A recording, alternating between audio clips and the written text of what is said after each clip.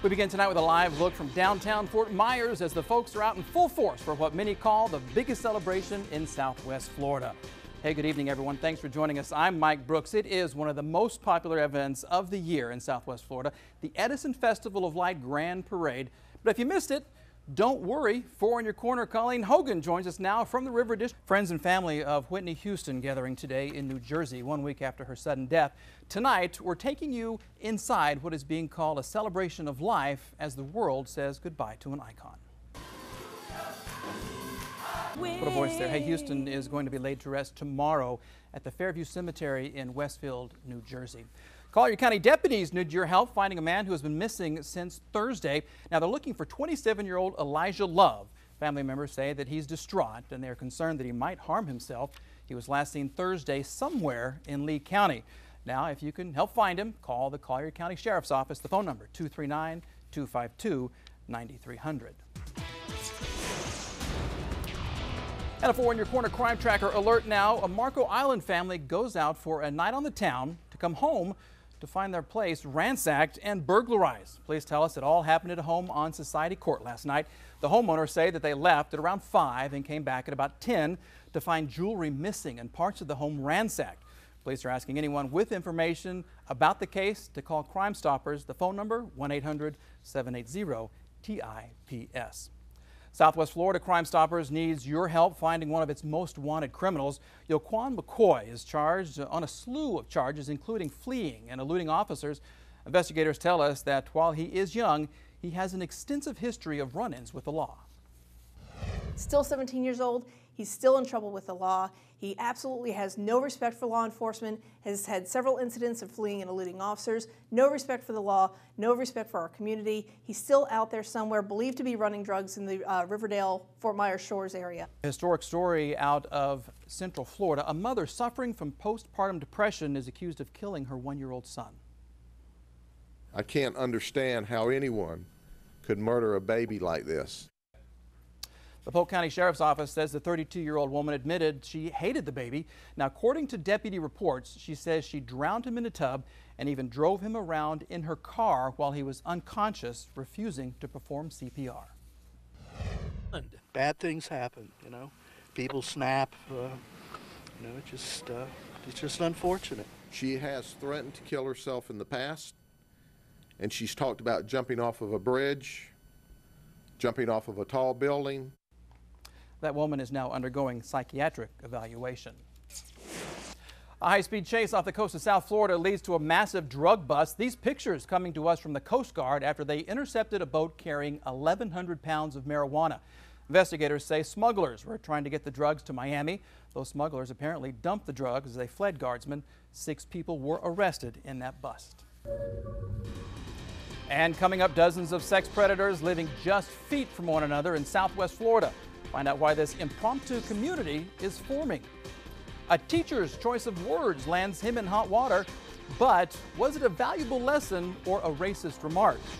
And it's being called the parent revolution, what these moms and dads are doing that could sweep the nation. Those stories coming up next. There's a powerful movement spreading across the country tonight. Parents standing up to fix problems that include getting rid of jaded teachers, better education for disabled children, and harder classes for gifted students. As Fox's Casey Stigall explains, these groups aren't content with just bake sales and fundraisers. The parent trigger is a relatively new concept, but it's caught on fast. Last year, 22 states introduced parent trigger legislation. This year, organizers right here in Florida are trying to follow suit. A Chicago teacher is in hot water after using the N-word in his classroom. The teacher says that he intercepted a note 2 girls were sending back and forth. On that note, the words of a rap song that included the N-word. He says when he read the words out loud, the students wanted to talk about it and talk about how the use of the word has changed in American culture. But the school principal says use of that word violates school policy. And I think it has so much heavy horror and just heavy-hearted sadness associated with it. As long as he's not offending any of the children, then I didn't see anything wrong with it. That teacher has been suspended without pay. He says he plans to sue the school district. Well, we want to hear from you on this story. Do you think that the teacher should have been suspended for using the N-word? Now remember though, he says it was part of an open classroom discussion. Let us know what you think by going to fox4now.com and clicking on the Viewer's Voice tab. You can also give us a call if you want. The phone number 239-206-FOX4. An Arizona airport worker is dead following an accident at Sky Harbor Airport in Phoenix. Police say that the U.S. Airways employee was working near the luggage conveyor belt and somehow got stuck between the upper and lower belts. The 60-year-old man died at the scene. The position that he was in is what is bizarre and unusual, because he should not by right have been there. So we have to try to figure out what his movements were and what his intentions were. Police are investigating the exact cause of the accident, but they say that there are no signs of foul play. Now to a daring rescue in Denver. Firefighters braving the cold and collapsing ice to rescue a dog that had fallen into a lake. Eventually, one of those rescuers was able to reach the dog and bring it back to safety. Right now, it's unclear who the dog's owner is or how the dog got there in the first place. Now, your Storm Patrol weather forecast with meteorologist Jamie Cagle. That's how I roll, Mike. How windy? I mean, are we hold on to the small kids and dogs? If you drive a high-profile vehicle, you're definitely going to know it's windy tomorrow. If you're an avid kite flyer, it may not be the best day to be out there. So it's looking pretty windy. Typically, we get winds 5 to 10, 5 to 15. We're going to have wind gusts up to about 25, so definitely noticeable. Lots of hairspray. Yes. All right, sir, thank you very much. Hey, coming up next, one of my favorite stories of the night: get absolved of your sins without ever going to church. We'll introduce you to the online confessional.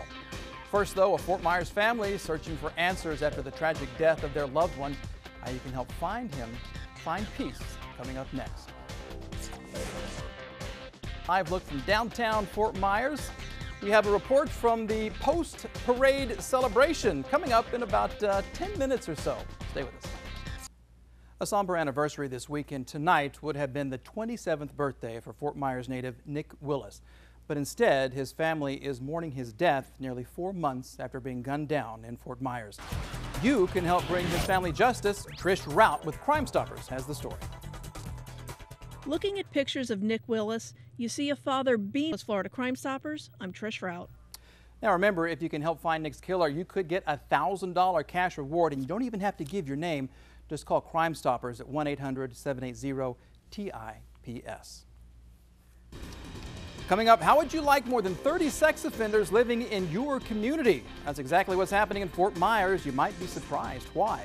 Also, the Edison Festival of Light Parade is about more than just pretty floats. Hear how it's a shot in the arm that Fort Myers needs.